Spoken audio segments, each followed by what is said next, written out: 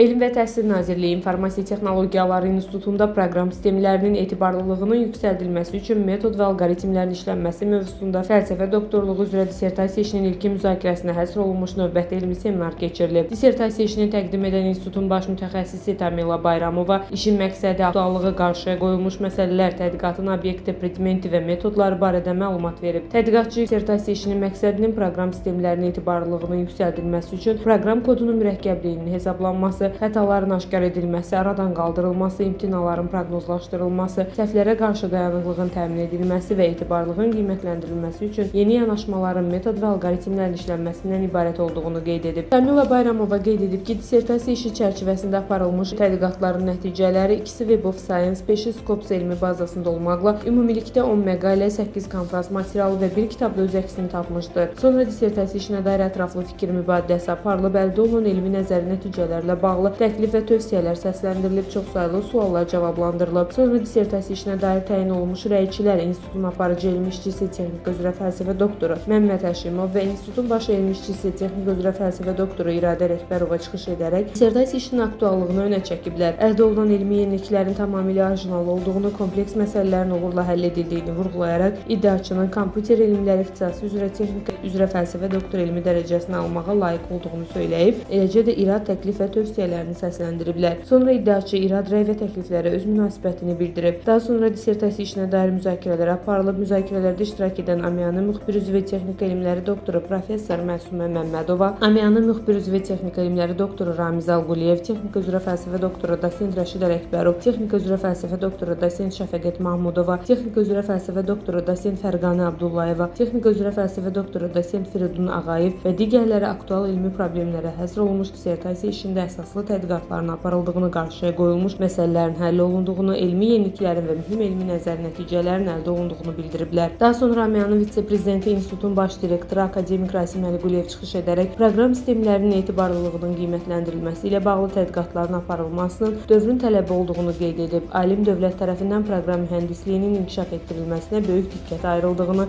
bu istiqamətdə magistr səviyyəsində kadrların yetişdirilməsinin nəzərdə tutulduğunu vurğulayıb. Akademik Rasim Əliquliyev mövzunun aktuallığını önə çəkərək proqram sistemlərinin dayanıqlığı və etibarlılığının yüksəldilməsi istiqamətində əldə olunan nailiyyətləri yüksək qiymətləndirib. Dissertasiya işinin tamamlanmış iş olduğunu qeyd edib və işin müdafiəyə təqdim olunmasını tövsiyə edib. Dissertasiya işinə dair təyin olunmuş elmi rəhbər fizika riyaziyyat üzrə fəlsəfə doktoru dosent Tofiq Kazımov çıxış edərək iddiaçının yerinə yetirdiyi tədqiqatın elmi yeniliyə malik olduğunu bildirib. Tofiq Kazımov tədqiqatın ölkəmizdə proqram mühəndisliyi sahəsində ilk dissertasiya işi kimi böyük əhəmiyyət kəsb etdiyini vurğulayıb. Dissertasiya işinin Azərbaycan Respublikası Prezidenti yanında Ali Attestasiya Komissiyası tərəfindən texnika üzrə fəlsəfə doktor elmi dərəcəsi almaq üçün təqdim edilən dissertasiyalara qoyulan tələblərə cavab verdiyini qeyd edib. Daha sonra səsvermə keçirilib və dissertasiya işinin yekdilliklə növbəti mərhələyə keçirilməsi qərarı alınıb. Sümbül Zalova, Ceyhun Şahverdiyev, Şahin Rəsulov, İnfo TV.